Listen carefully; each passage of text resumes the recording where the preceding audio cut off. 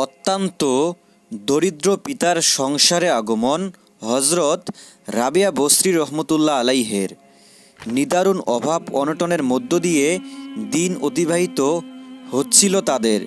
যে রাতে রাবেয়া বসরি রহমতুল্লাহ আলাই জন্ম নিলেন, রাতের অন্ধকারে ঘরে প্রদীপ জ্বালানোর তেলটুকুও ছিল না তাদের। রাবেয়া বসরি রহমতুল্লাহ আলাইয়ের পিতা ইসমাইল তেলের সংস্থান করতে ব্যর্থ হয়ে ফিরে আসেন ঘরে। স্ত্রীর অনুরোধে তেল ধার করতে যান প্রতিবেশীর কাছে, কিন্তু তেল দেওয়া তো দূরের কথা, ঘরের দরজাই খুললেন না প্রতিবেশী। অশ্রু সজল নয়নে বাড়ি এসে কিছু সময় পর তন্দ্রাচ্ছন্ন হয়ে পড়েন তিনি। গভীর ঘুমে স্বপ্ন দেখেন স্বয়ং রাসূল সাল্লাল্লাহু আলাইহি ওয়াসাল্লাম এসে তাকে সান্ত্বনা দিচ্ছেন, বলছেন, দুঃখ করো না, অচিরেই তুমি এক মহিয়সী কন্যা সন্তানের জনক হতে চলেছ। ভবিষ্যতে সে জগতের এক অত্যুজ্জ্বল নক্ষত্রে পরিণত হবে। স্বপ্নযোগে রাসূল সাল্লাল্লাহু আলাইহি ওয়াসাল্লাম তাকে লিখিত একটা চিরকুট নিয়ে বসরার আমির ঈশার নিকট যেতে বললেন।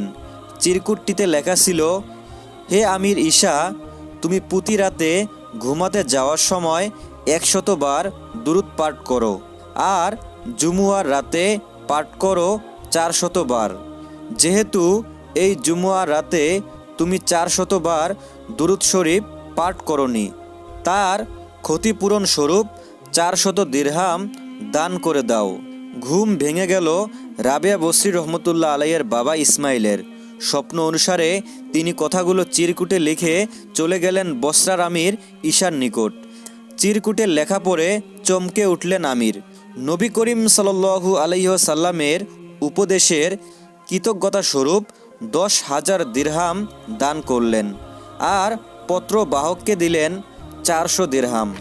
পিতামাতার কোলে ধীরে ধীরে বড় হতে লাগলো রাবেয়া বসরি রহমতুল্লাহ আলাই। কিন্তু প্রভুর মর্জি, ছোটবেলাতেই চির বিদায় নিলেন গর্ভধারিণী জননী।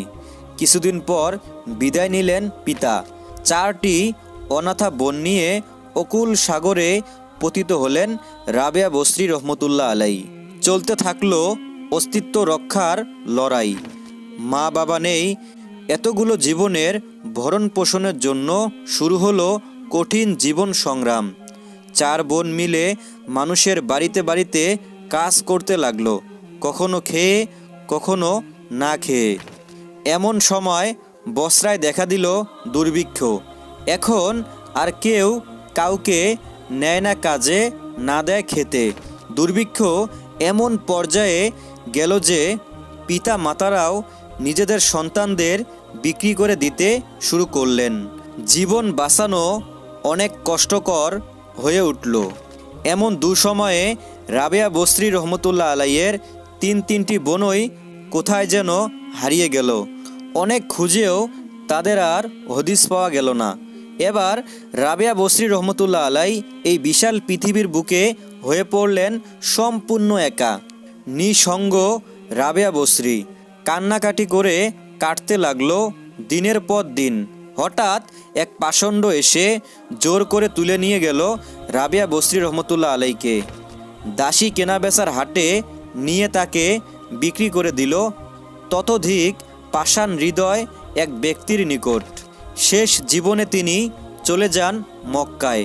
সেখানেই তার আলোকিত জীবনের পরিসমাপ্তি ঘটে। এ মহিমান্বিতা মহাতাপসীর আলোকোজ্জ্বল জীবনের বিচিত্র পরিচয় ছড়িয়ে আছে খোদা প্রেমের পথিকদের হৃদয় জুড়ে। প্রভু প্রেমের যে আলোকবর্তিকা তিনি জ্বেলেছেন, তা চিরকাল অম্লান থাকবে সকল প্রভু প্রেমিকের হৃদয়ে। কৃতদাসীতে পরিণত হলেন রাবেয়া বসরি রহমতুল্লাহ আলাই। দিনরাত কাজ করে গৃহস্থ মনিবের বাড়িতে। কাজে একটু এদিক ওদিক হলেই কপালে জোটে নির্মম প্রহার, নির্যাতন। কোথাও এক ফোঁটা আদর নেই, ভালোবাসা নেই, বুক ভরা গঞ্জনা। পীড়ন আর অত্যাচারের ভয় নিয়ে দিন কাটে নাবালিকা রাবেয়ার। একটা সময় সব কিছু সহ্যের বাহিরে চলে যায়। মনিবের বাড়ি থেকে পালিয়ে যান রাবেয়া বসরি রহমতুল্লাহ আলাই। রাতের অন্ধকারে মুক্তির নেশায় বিভোর হয়ে দৌড়াতে থাকেন পথে পথে। দৌড়াতে দৌড়াতে হঠাৎ আচমকা মুখ থুবড়ে মাটিতে পড়ে যান তিনি। সম্পূর্ণরূপে ভেঙে যায় একটি হাত।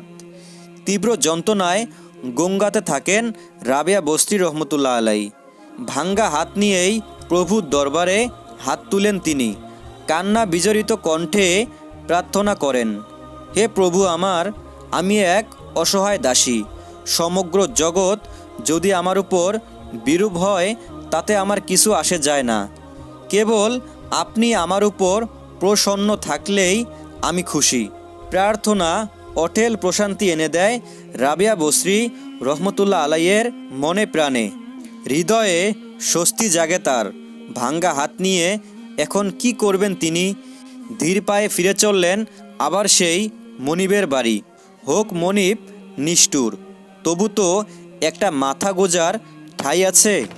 এখন থেকেই শুরু হলো রাবেয়া বসরির উপাসনার জীবন। সারাদিন কাজ করেন তিনি, সারা রাত জেগে জেগে কাটান প্রভুর উপাসনায়। হঠাৎ এক মাঝরাতে ঘুম ভেঙে যায় রাবেয়া বসরি রহমতুল্লাহ আলাইয়ের মনিবের। অস্পষ্ট কিছু কথার গুঞ্জন শুনতে পান তিনি। গভীর অন্ধকারে কার কথার শব্দ। খুঁজতে যেয়ে দেখতে পান রাবেয়া উপাসনা করছে, আকুল স্বরে প্রার্থনা করছে প্রভুর দরবারে। রাবেয়ার আকুল প্রার্থনা শ্রবণ করে মন গলে যায় মনিবের।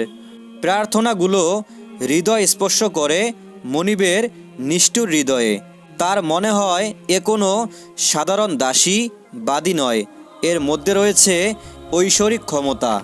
পরদিন সকালবেলাতেই মনিব মুক্ত করে দেয় রাবেয়া বসরি রহমতুল্লাহ আলাইকে। এবার রাবেয়া বসরি মুক্ত। নিজের সম্পূর্ণ জীবনকে তিনি উৎসর্গ করলেন প্রভুর ইবাদত উপাসনায়। মগ্ন হলেন ধ্যানে।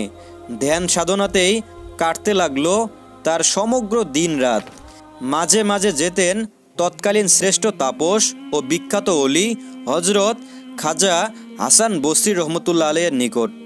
খাজা হাসান বসরি রহমতুল্লাহ আলাইয়ের নিকট মুরিদ হয়ে তার নির্দেশিত পথে শুরু করলেন ধর্ম সাধনা।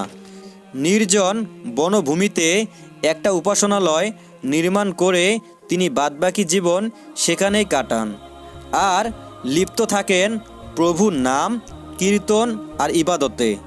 সারা জীবনে তার থেকে প্রকাশিত হয় নানান অলৌকিক ঘটনা। রাবেয়া বসরি রহমতুল্লাহ আলাইয়ের দরবারে যাতায়াত ছিল তৎকালীন প্রায় প্রত্যেক অলি আউলিয়ার।